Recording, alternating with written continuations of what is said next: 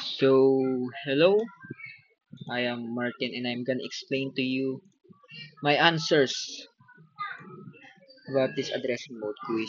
So, let's start with the exercise 1, which is the identification of addressing mode. Okay, number 1 is mob AX BX. My answer is register addressing mode. Why? Because both AX and BX are registers. Number 2, mob AX 1234H, that is a direct addressing mode because kasi yung value ng 1234H is naka-address direct. So, number 3 is mov ALSI. So, that is a register indirect addressing mode kasi yung memory address ay naka-point out sa SI register. Okay. Next is the mov 4. Mob number 4 is mob BP plus DI IX. That is a base class index addressing mode because yung memory address ay na, na calculate based sa BP base register at DI na index register. So number 5 is mob CX BX plus SI plus 08H. That is a base index addressing. Base index with displacement. So the memory address ay nakakalculate sa BX, SI, tsaka 08H, which means that BX is the base register, index register is SI, and this displacement is 08H. Number 6 is mov DI AX. That is a index addressing because naka-DI register. Okay, number 7 is mov AX BP minus 10H. Ayan po ay base with displacement addressing kasi yung displacement na negative 10H sa base register na BP. Number 8 is mov AX 5678H, immediate addressing mode. Dahil sa constant value na 567H na move directly sa AX. Okay. Number 9 is mov AX BX.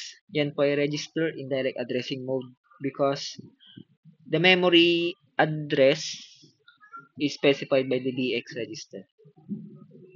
Okay. Number 2. Write code for a specific addressing mode. Number 1 is immediate addressing. Mov AX 55AAH. Number 2 is itong code na to ay isang register addressing. Number 3, direct addressing mode. Number 4, register indirect addressing mode. Ayan po yung mga code ko. Number 5 is in index addressing. Number 6 is a base index addressing. Okay, move tayo sa exercise number 3. So, ang question tayo is address calculation. So, anong calculate ng mov AX sa 1000H? So, ang formula ng ganito ay physical address, which is 2000X, ay the physical address is yung 21,000H is equals to segment address times 10H tas yung offset na 1000H. So, ito po yung sagot, 21,000H dahil sa segment address times 10H plus offset. So, number 2 is mov HX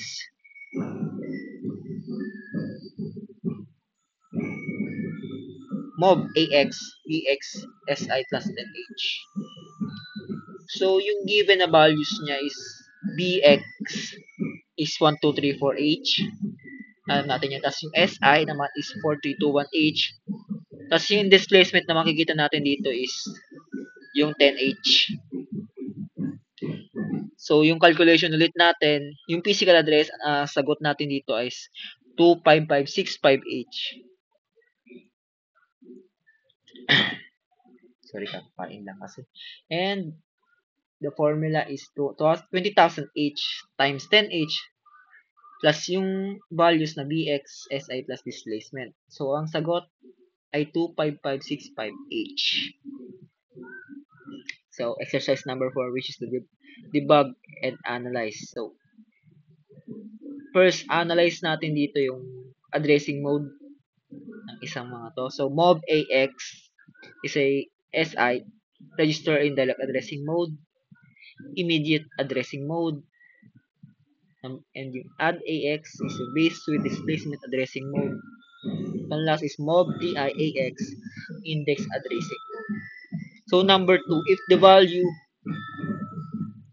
at memory location is 20,000H is 1234H and that 2000H plus 10H is 567H, what will be the final value of AX?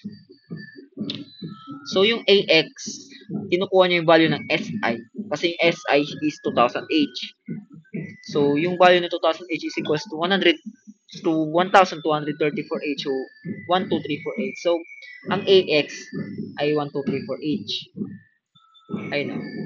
While if the value of the memory location is 2000H is 12348. So, automatic the value of AX is 1234H. So, pag pinag-add yung value ng 2000H plus 10H, 5678 to AX, so magiging 1234H plus 5678H, ang sagot ay 68 ACH. So, gets po.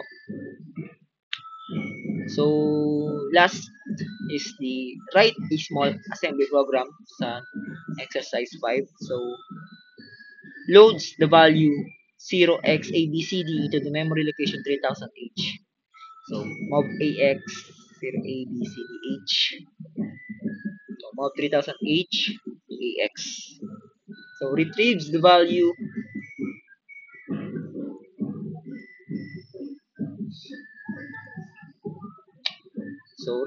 retrieves this value using direct addressing mode and stores it in AX.